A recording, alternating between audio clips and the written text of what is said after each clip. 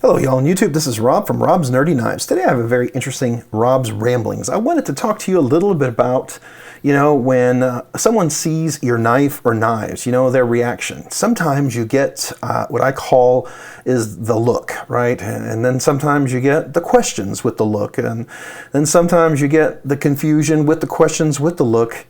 But then sometimes you get that nod of approval, or that, interest of approval, or that question of approval, if you will. Have you ever had those experiences when people maybe that you're not necessarily trying to show off your knives to, but they see your knives and then they come along and they're kind of like, what's the deal with that? Because some of them are like, why do you have so many different knives? Do you need all of those? There's confusion. There's like they give you that look, and sometimes you're not sure if it's that confusion, or like, is there something wrong with you, or is it like is this guy obsessed with knives? Or with all these knives, is this guy safe to be around, or what have you, right? There's those questions. And it comes back to, I think, when people don't understand hobbies and things that people enjoy and passions. It's interesting to see people's reaction, and even from people who I know have hobbies and passions of their own, that I would look at them and kind of have that same confused and look at on them, right? And they don't understand how other people could possibly have that obsession, right? My wife, for instance, she thinks I'm nuts about it. But, I always try to remind her. She collects frogs, and she's like, well, that's just little crafty things. Yeah, but when we go places and stores and she sees that cute little frog, she will be like, she just goes all nuts for it, and she loves it. And I gotta be honest, her reaction makes me want to buy it, right? Because it's something she enjoys, and I'll go get it for her, right? So I know it's not the same, but when we have like 300-400 things of frogs around the house, I'd kind of call that maybe a hobby or obsession or a passion, right? And I only have maybe 30, 40, 50 knives, right? That's significantly less than the number of her frogs. I'm not comparing, because I know value-wise they're very different, right?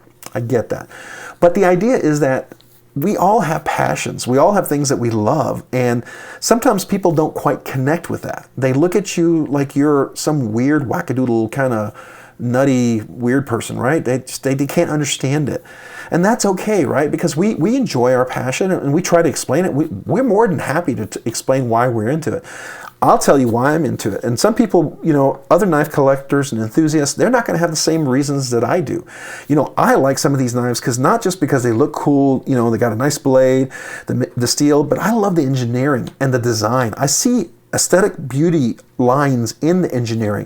When you get the symmetry that goes together like this, that not only is beautiful engineering and milling that's done by precision cutting and precision milling machines and all that stuff, but to bring all that aesthetic together in a beautiful functional design that makes this knife comfortable in your hand to use, to function, to work, and to open and to close and give a satisfying deployment click when you open this. That has one of the most satisfying hard, deployment of the blades in one of my knives. I really enjoy that significantly.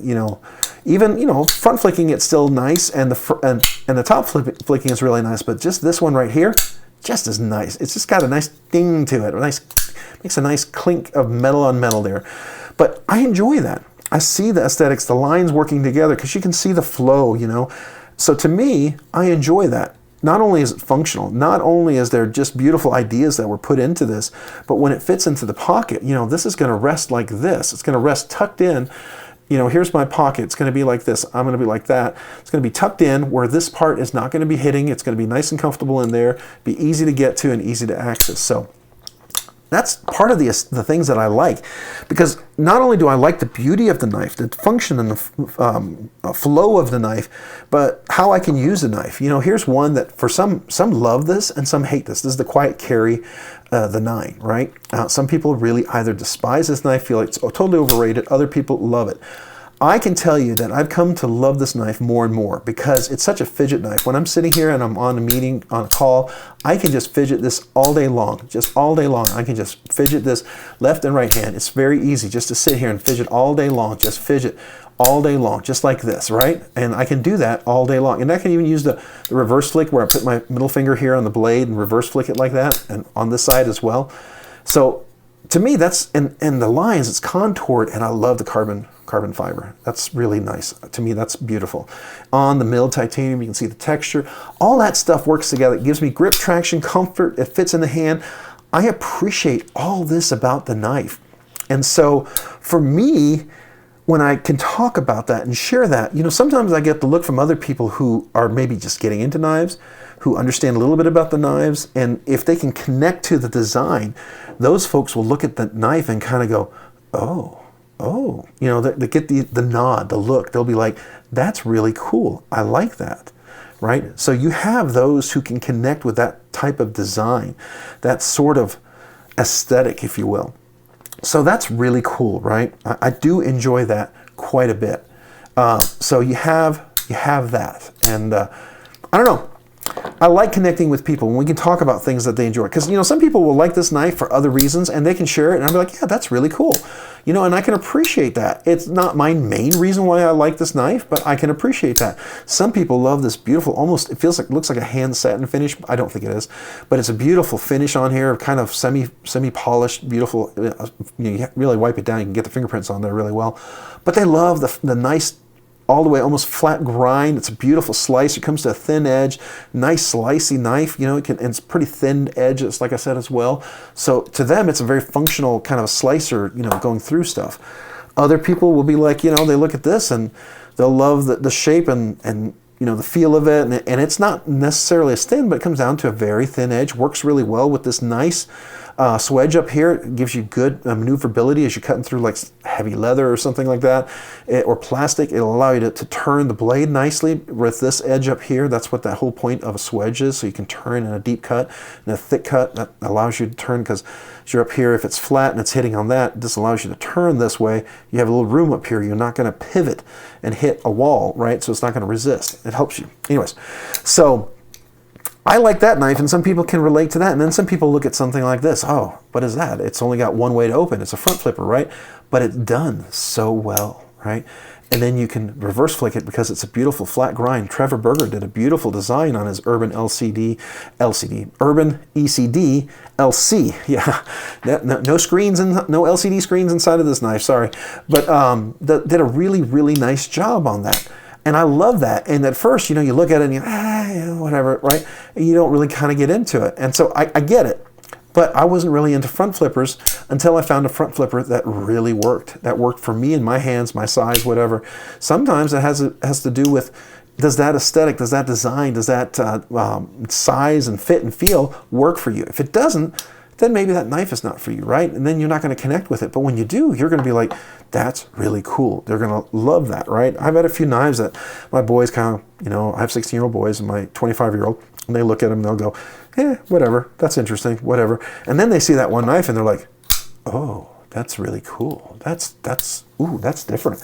I think I like that, And so, you get a little nod of approval from your sons, especially again from 16-year-olds. Let me tell you, that's like amazing. It's a miracle if any of you guys have teenagers. You know what I'm talking about. But there's that. But there are people who just kind of look at this and go, well, you just need one to cut with. That's all you do. I get it. I hear you. But, and I will say this, not trying to jab back at anybody, but like I get it from women a lot. They're like, why do you got so many knives? I'm like, well, why do you have so many shoes? Why do you have so many clothes? And I know it's not the same. I get it. For some, though, some women's shoes are more expensive than my knives. Trust me. Some women who have $300,000, $400,000, $500,000 pair of shoes makes these knives look like nothing, right? So it is very different than this. But some women only have $20, $30 shoes, and they'll have a ton of them. Yeah, I get it. But if I had 500 knives and they were $20 a piece, it would be about the same as if I had 50 knives that were not $20 a piece, right? It's a matter of what you find value in. It's just like my shoes. I'll have 3, 4, 5 pairs of shoes that are really good, can wear for a few years, very comfortable. I don't always like to have 5 million pairs of shoes. I don't. I need, dress shoes, a couple of tennis shoes, maybe some sandals around the house, whatever. That's it. That's it, right? But for knives, I like the different aesthetics. Sometimes I like some of these knives because I can carry them to church, look really nice. Sometimes I don't want a big knife if I'm out in public. That might scare people, a big old blade like that, certain situations. So something a little more discreet, like a small knife like this. And you know what? Even though I can flick it, a small knife like this, I can also slow roll it open, nice and discreetly, right? I can open that nice and discreetly in a place and then cut something. Then I can just close it nice and discreetly without anybody knowing. So, there's a place, there's a time and a place for that. Sometimes they're also just really cool because they're fidgety, like this Brian Brown Trogon by We Knives. This is one of the most fidgety, fun knives that I've enjoyed. I can fidget this all day long. It's comfortable every which way that I flick it. Just really, really great. I've had no issues with this. This just flicks all day long. Just fun to do. And guess what? I found a new way with this one. If you get your hand just right, let me see if I can do this. Yeah, you can front flip it. Just like the Spyderco Shaman, you can front flip it as well if you get the jimping on here just right. Kind of a cool thing. Some of you may do it, may not. Who cares, right? It's what you enjoy. But again, it comes back to that, do you get the look? And then the questions, why so many knives? What's the deal with these different knives? Why does it have to look like that? Why does it have to look like that? Because I like it. I like it looking like that. Why do some people collect cars? Why do some people collect beer bottles? Why do some people collect, bobbleheads? Why do some people collect, stuffed animals? Why do some people collect shoes? Why do some people collect, frogs? Why do some people collect, what's your thing you collect? What are the things you like to have? Some people have collections, of different things. Some people collect cameras, photography stuff. There's I think my grandmother collected thimbles, really old thimbles, and they were worth a lot. Why do you collect those? Because she loved to sew. It was meaningful to her. So I like these things. I look at these as tools. These are not, some sort of weapon. No, that's not. This is a tool. This is a tool to cut things, cut boxes, envelopes. Most of the time, I'm cutting a box open. I'm cutting an envelope, a letter that I get in. I'm just going to cut the envelope open. I enjoy having a nice, sharp knife to cut that open. There is a saying, it says a dull knife is an unsafe knife. A sharp knife is a safe knife. And there's a lot of truth to that, because when a knife is really dull, you do things you shouldn't do to try to cut things. And that's when the knife slips and you cut people. But if it cuts really well, you go in and you cut smoothly and you're going to have less chance of injuring yourself. The knife's going to be more reliable. You're not going to do stupid things with the knife, right? So I look at this as a tool. Sometimes I will cut a piece of fruit. I'll cut an orange, cut an apple if I'm not around somewhere. And I'm fine with doing that. These knives can handle it. It's good steel. It's not going to rust. It's not going to fall apart. It can handle a little orange, citric acid. It can handle an apple. It can handle various things. I like that. I keep my knives clean. I make sure they're sanitary. The oils that I use on here are bio-friendly, so they're like food kind of friendly. They're not going to be toxic, if you will. I'm kind of like mineral oil type things. I know some of the oils, I forget the guy that I use, KPL, I think it is, KPL. Their oils are very food safe, so there's that. But that's some of the questions I get. And then the confusion, even when you try to explain it to them, they may not understand. They won't. They may never understand, and that's okay. They don't have to understand. Just maybe they can relate to something else. Maybe there's a person who's never found a hobby, something enjoyable, something worthwhile collecting, and they're a miserable person, and they're never going to understand. You can't change that, right? Excuse me. I'm not saying everybody's miserable. I'm not trying to be mean, but some people just won't ever be able to relate to that. And, part of me is sad because they haven't found passion and joy in something. But then again, other people they just don't connect with other people. They only see life and understand things through their own lens. They can't see other people's perspective. They can't understand someone else appreciating something like a knife and something that works beautifully like this, that's just fun and easy to deploy and cuts through something like butter and smooth, and it's just a joy to have and to own. They can't relate to something being hand polished satin, like a beautiful finish on a knife that just looks gorgeous. Just like I probably will never be able to relate that, that's the right shade of color for those shoes to mix that right shade of sweater with those slacks. I don't know. Is it blue? Is it black? Is it brown? Is it khaki? Does it match? I don't know. Sometimes I have to ask my wife. I'm not sure. And I'll put it together and I still won't get it right. And then I'll have to go change, right? I don't get all those nuances over there, I do when I'm grilling. And tell you when I cook a steak, I can feel the steak, I can feel the meat, I can tell you whether it's going to be a good cut of meat. I can tell you whether a sirloin is going to be a better steak than a New York strip or even a porterhouse, because maybe that sirloin is a much better cut of meat when I go to the market because it's fresher, whatever, it's softer, more tender. The cow that they slaughtered just had better meat. Sometimes other cows don't, right? Sometimes you can get a New York strip and it can be very disappointing, you know. But I can tell that when I grill. I grill a lot. But I can't do that when I bake. I can't do that when I cook other pastas because I don't do those things. I'm not well versed enough in those areas. I mean, if that was a passion, and if my wife didn't cook them so darn well, maybe I would be into that, but she does. And so why would I compete with someone who can cook so well those other dishes? It would be ridiculous. That's her wheelhouse, and I appreciate her wheelhouse because she does it much better than I think I ever will, even if I tried. But I enjoy grilling, and she likes my grilling, and other people seem to like it too, so that's a wheelhouse for me, just like knives. Knives are something I enjoy. I enjoy this sort of the collection. This thing to me is fun, right?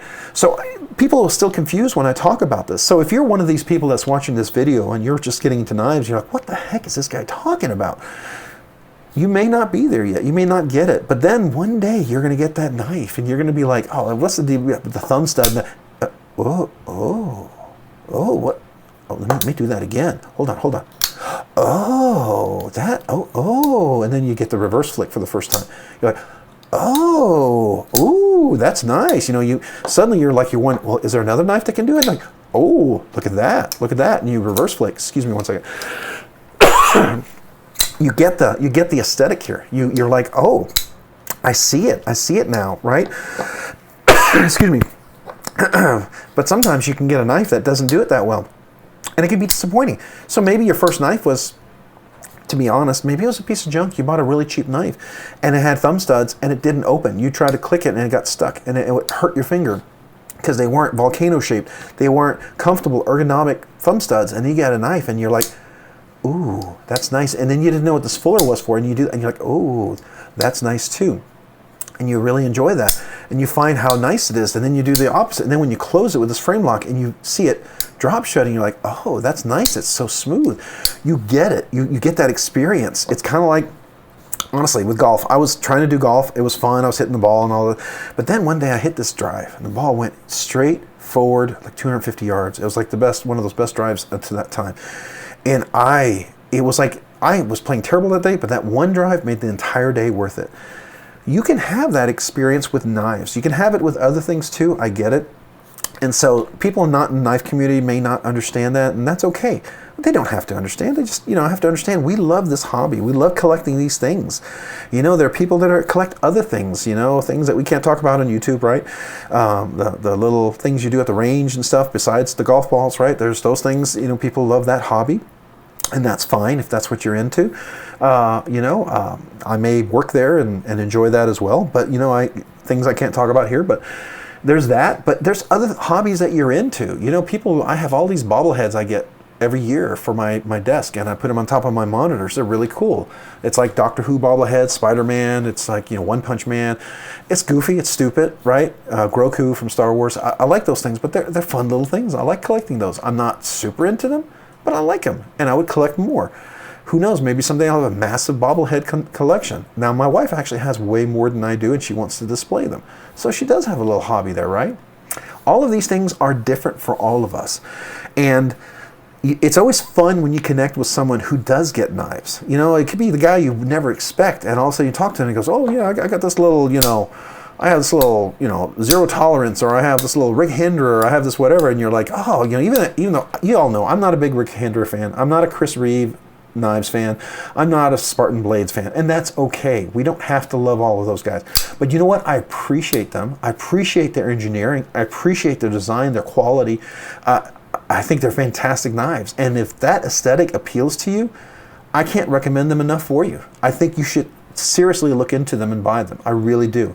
It's just not for me, or at least I haven't found the knife that's for me yet. The only thing for like Rick Hinder that's come close is the Maximace, but he only makes those every 2 or 3 years, and I'm gonna have to wait another 2 or 3 years because I missed the run that he did in the beginning of this year. So that's it. I missed it, and I'm gonna have to wait for it, right? Unless he ups production and makes more of them. I missed that window. That boat sailed. It's gone, so I'm not going to be able to buy that knife anytime. That would be the one Rick Hinder I would like. I don't know if there's any Spartan Blades that I would like. I'm not really into their washer version, right? It's the aesthetic, the look of the knife is not really for me. Just like Medfords aren't really for me, but that's okay, right? We don't have to like everything that everybody else likes. We can appreciate it. We can enjoy the fact that other people appreciate it, and I can respect when people show those knives and why they love them. I can relate to that. I can find pleasure in their enjoyment of their knife and sharing it with me. That makes me happy to see other people happy with their knives. It really does. And I hope it makes you happy to see me happy with the knives that I have, even if you're not a fan of all of these knives. And that's okay. You don't have to be a fan of every one of these knives. I hope you don't look at this and go, that's a stupid knife. I'll never get that knife. Oh, that's it. I'm done. You know, that's sad. Don't be that person. Find the joy in the hobby. Find the joy in the knives, you know. Let it be something fun, because, you know, life is too short to be so miserable and grumpy, right? Find something and celebrate with other people what they enjoy. For instance, I know some people, they really didn't like this knife, and I understand the thing. It was the clip. It was, I honestly, everything about this knife was as close to the real Trevor Burger custom knife as you can get. It's beautiful, except for this clip. The clip was, I don't know, it's just a fail, right? Such a flat clip, it ripped everybody's pockets. So what I did is I took the clip off, took the knife apart, and I don't know if you can see that. I rounded it on a belt sander. I had a Worksharp belt sander, the Ken Onion attachment, and I just smoothed that out. And I don't know if you can see that. It's really, let me see if I can get that on the light. It's just really nice and smooth. This slides in and out of my pocket beautifully, beautifully. And if you have that, or you know someone who has one that can sand it for you, ask them to do that. You know, I know some of these custom knife guys, they'll do that. You know, I'm not a custom knife guy, but, you know, if someone was desperate and you wanted me to do it, I guess it's something I could see how much time it would take and see what is a reasonable charge for it. But, you know, if you can't find somebody else who can do it, you know, it's something that I could do. But again, I'm not a professional, so I'd be willing to try it if you're willing to take the risk. But I can tell you, this is how mine worked out, and it was really nice and very easy to do. Just put some tape around there and I smooth that out. No guarantee everyone's going to be exactly the same, but I think you can easily get this perfectly round, nice slide in and out shape, so this knife becomes really nice. I know I was talking to one guy, and he's like, man, if he had done that, he would have kept the knife. He sold his, right? If they had done that, this would be like almost a home run. And so for me, it became a home run because of that. So that's something I enjoy sharing, and you can connect with people, and people are like, oh yeah, and they get that nod, yeah, that's really cool, and maybe shake their head, go, yeah, I like that, that's nice, right? You know, and sometimes people put like custom scales on a smock or something, and they're like, oh, that's nice, I like the smock, I like that scales, my smock, I have some titanium scales in mine or whatever. It's different for everybody, right? So we all can enjoy and appreciate different things and different knives. And then we can look at and have that nod of connecting with that. And they can look at the knives and appreciate them. You know, I remember when we used to have a neighbor before they moved, he'd always want me to bring over my box of knives. And I'd bring them over and we'd go through them, and he'd love to look at them and see what new things I had. And he appreciated knives. As a matter of fact, when he left, he's the one who bought my ProTech Mordax. I had a ProTech Mordax in CPM 20CV. And it was one of my favorite ProTechs, right? And it just was when they had the SHOT Show, and last year in 2022, ProTech announced, yeah, we're going to be dropping the MagnaCut version of the Mordax. And I was like, oh, cool. So I figured, yeah, okay, I'll sell it to him. I figured I'd be able to get the MagnaCut version because they talked about that. Didn't see that drop until the next Blade Show. And it wasn't dropped in production. So I waited. And then this year, or early last year or something, they dropped them. And I missed every time they dropped. It was like they're gone before I could even know about it. And so now that Mordax has become my Bigfoot, right? It's my Bigfoot, my Yeti, my Loch Ness Monster. I got to do a little Rob's rambling on my Yeti knives, right? My Bigfoot knives. But, you know, I enjoyed talking to him about knives. We connect. He appreciated it and liked the knives and was enjoying that. So there you go. You know, there's all of this stuff that you can connect with some people about. Sometimes my sons love to talk about knives. Sometimes they do not. And that's okay. But I can talk about knives almost anytime, anywhere, for as much time as you could imagine, right? And that's probably overwhelming to some people. But, you know, when you do have knife questions and you want to ask, guess what? You know, I can help you out. I can give you some ideas. Find out what are your likes, what are your aesthetics, you know, what things do you enjoy, you know? A lot of the knives you see here are things that I enjoy. These are my personal collections. I'm not given knives, I buy these, I acquire these. If they're my collections because I enjoy them, I use them, okay? I've had some that came in and then they went out, right? I sold them or I gave them away. I gave them as gifts, or they were in giveaways, right? Like we had a giveaway last Monday. those knives are going to be given away. I have other knives that I'm going to be for future giveaways, right? We're at almost 1,400. We're getting close to 1,350 subscribers. You know, we're moving closer to that 2,000, and maybe we'll get monetized at some point. You know, that'll be kind of cool if we get there. But that point, you know, maybe I'll have more knives to give away. But the ones that stay in my collection are things that I'm buying, and they're going to reflect my aesthetics. And I'm not going to apologize for that, right? Because I don't collect knives as safe queens. I have one safe queen, maybe two. My one safe queen is my dad's knife he bought before World War II. It's 90 years old, almost 100 years old. It's one of those knives that when my sons have all asked that they would inherit when I pass away. So it's going to be like a family heirloom, right? Those are knives that I would call family heirlooms. That's a queen safe, and that's different than this. But every one of these knives are user knives. I had a Chris Reeve Umnumzan. I had a Rick Hinder Jurassic. I had a Dan Carrer 904 Integral. I had several other really high-end knives that I ended up selling because I didn't carry them. They weren't knives I felt comfortable carrying. They weren't knives I enjoyed carrying. Some of them were beautiful, great. Like I love the Sharp by Design Mini Tempest. I got the Bowie. I wish I hadn't gotten the Bowie. But you know, the thing about it is it's a limited run. When you buy it, you get it. If you miss the one you want, it's gone. They're not going to be more coming down the road. It's a limited run. And that's how Brian Nadeau does it. And it's just how he does it. And you accept it or, you know, or get mad about it. There's no point in getting mad because you just hope maybe next time he has a release, you can get one of them, right? I did notice the Bowie, the tip would always cut my hand. And so after a while, I got tired of carrying that knife and having cuts here in my hand because the way I'd work the blade, it was so sharp on the tip, very thin tip, and would really pronounce and come out and curve out like a Bowie would. So I kind of stopped carrying that, so I sold it, right? The Chris Reeve Umnumzan, I didn't like that phosphor bronze, slow, glass, you know, kind of glidey, it didn't snap out. I have knives on washers that I enjoy. Now, none of these have washers. These are all ball bearings, but my Shaman and my Para 3 and my Paramilitary 2, they're on washers, but they have beautiful drop shut and beautiful flick action, you know, so they work really great. I'm willing to, you know, do washers that I can use like that. But that Umnumzan, no, it just wasn't going to work that way. And that's okay. You know, it's a beautiful knife. It's a great built knife. And anybody who enjoys it is going to love it. It's just not for me. It's just not my cup of tea, right? And that's okay. I don't have to have it in my collection. And if you think as a YouTuber, as someone who reviews knives, I have to have that in my collection, I'm sorry. I don't. If that's what you're looking for, maybe you're going to be disappointed and not want to watch my content. That's fine. That's your choice, right? I hope not. I hope you can appreciate how I can enjoy some of those things. Maybe at some point when my channel gets big enough, I'll get a chance to look at some of those knives, even though I may not keep them. Maybe someone will share, let me borrow them, and I'll review them that way. That would be super awesome.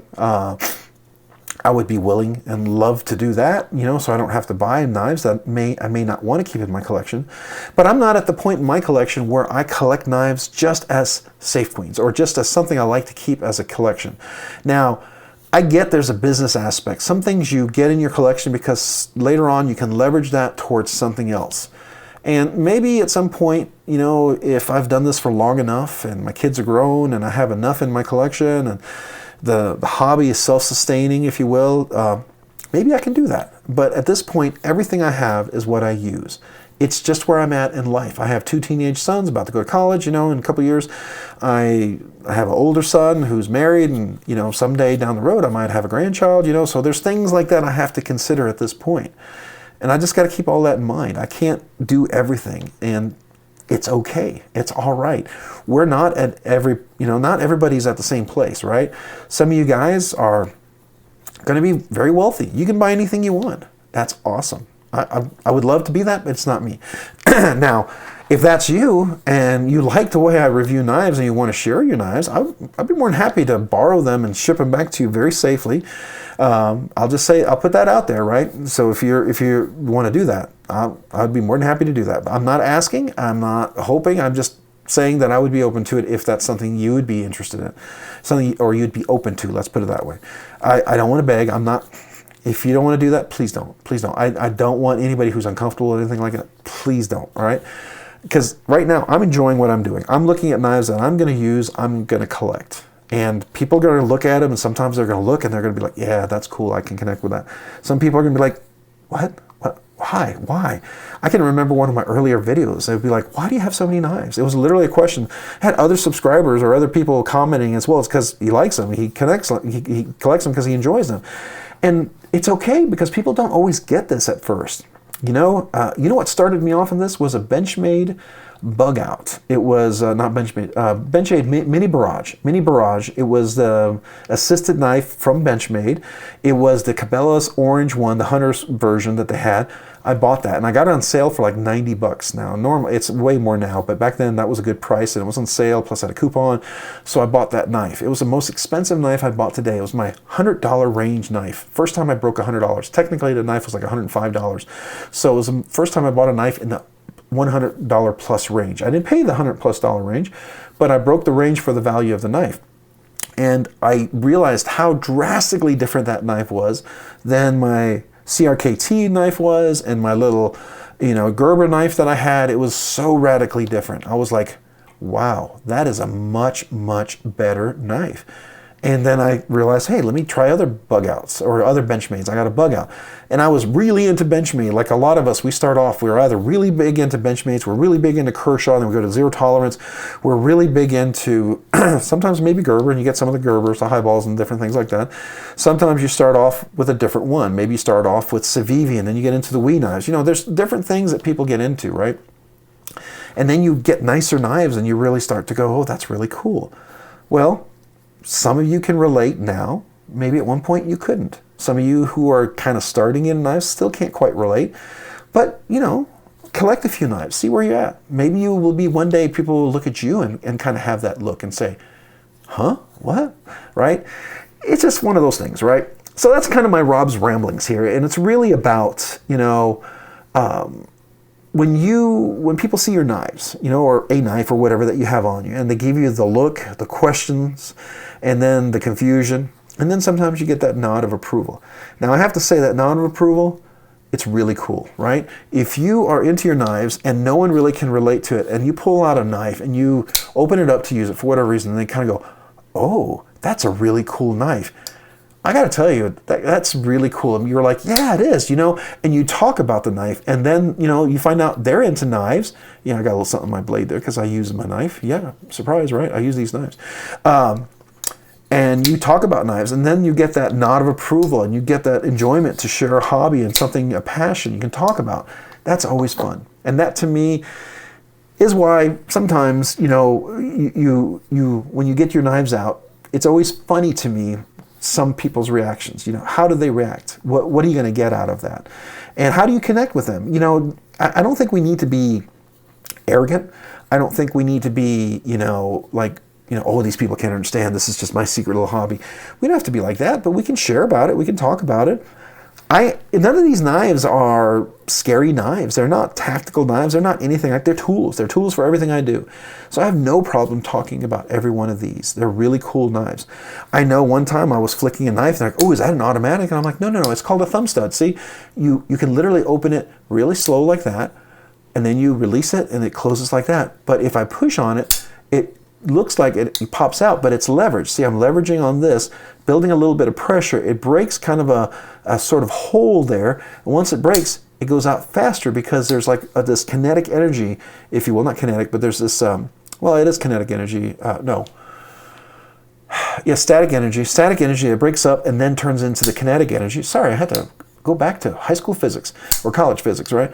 And then you break that, and then the energy is released, and it goes into the kinetic energy from the static energy, right? So here you have static energy building, breaks and then it becomes kinetic energy, right? So if they're into physics, you can always explain it that way. If they're not, you can just say, well, what happens is a lot of pressure builds up, and then right when you hit that point where it releases, and it flies out. And that's what it is, right? And that's when it pops open. And that's not automatic. That's just me pushing it out. And see, if I did it really slow, not building it up, see, it goes out really slow. Nothing happens, right? So I explain that to them, and they kind of get it, right? And then sometimes some of these folks who never understood the thumb studs, didn't like them, they get one knife where they get their finger in there, and suddenly they'll do this. They'll open, and they're like, oh, that's a lot of fun. And they realize it's because a knife helps them to get to the right place to where they need to be to deploy it, right? That's what I find about this knife. You have this little channel right here. If I do it right and not put my finger on here and get that out of the way, it'll open up every time really nicely like that, right?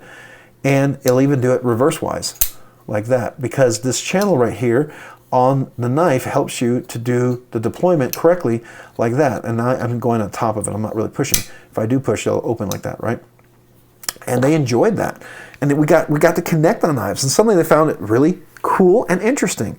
You know, people just need to kind of see what they like, and I think having a knife on you is really important. I really do.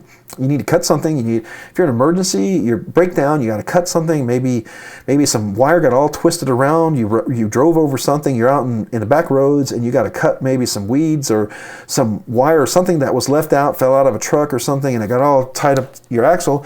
Man, it's nice to have a knife that you can cut that with, right? Otherwise, you're going to have to try to pull that apart, and it's probably going to be next to impossible. So having tools sometimes can be helpful, right? Things like that can be helpful, and you know what? It's always cool. Christmas time, when Dad's around with his knife, or Granddad, you know, if you're an older person, and everyone wants to open their box and they can't get it open, and you're like, I got the knife for you. Here you go. I always enjoy Christmas because there's always a Christmas knife for me. You know, what's the knife that I can share with everybody if they want to open their box? But I digress. Anyways. But, you know, it's funny because even at that time, people sometimes connect and sometimes they don't. So it gets back to that whole thing. You get the you get the look, you get the question, you get the confusion, but that nod of approval is so satisfying. I think it is. I enjoy it. I don't know. What about you? Do you ever get any of those things? You go through that? If you've lasted this long in this video, thank you for watching. I appreciate it. If you have already checked out, well, you won't hear this, so it won't matter, right? But if you have, that's really awesome. I'd love to hear your comments down below to see what your thoughts are. What are some of your nods of approval, or maybe some of your looks that you've had, some of your questions you have, and some of the confusion people have had. You know, if you're a guy who carries huge, or lady carries huge knives, you know, sometimes you probably will get a little more confusion. If you're someone who carries itty bitty little knives, you know, people might not even understand you have a knife, right? What are some of those? Feel free to comment down below. Do you have any questions for me about the knives? Any things that maybe you'd like to ask me? I'd love to hear from them. I try to answer all the comments that I can. At this point, I'm very able to do so. So if you do, please do leave a comment below. But I really appreciate you watching this day and joining me on Rob's ramblings dealing with this topic today. So again, if you found this content fun, interesting, or worthwhile, would you please consider hitting the like button down below? I really appreciate it. It really helps our channel, my channel, a lot to be able to do more, right? So if you could hit that like button and then maybe subscribe too if you haven't already done so, that's a huge help as well. And then if you've already subscribed, maybe hit the notification button so you can be notified of future content that I drop. And then finally, if you like all of that, maybe, I'm trying to get my card here because I should laminate this, right?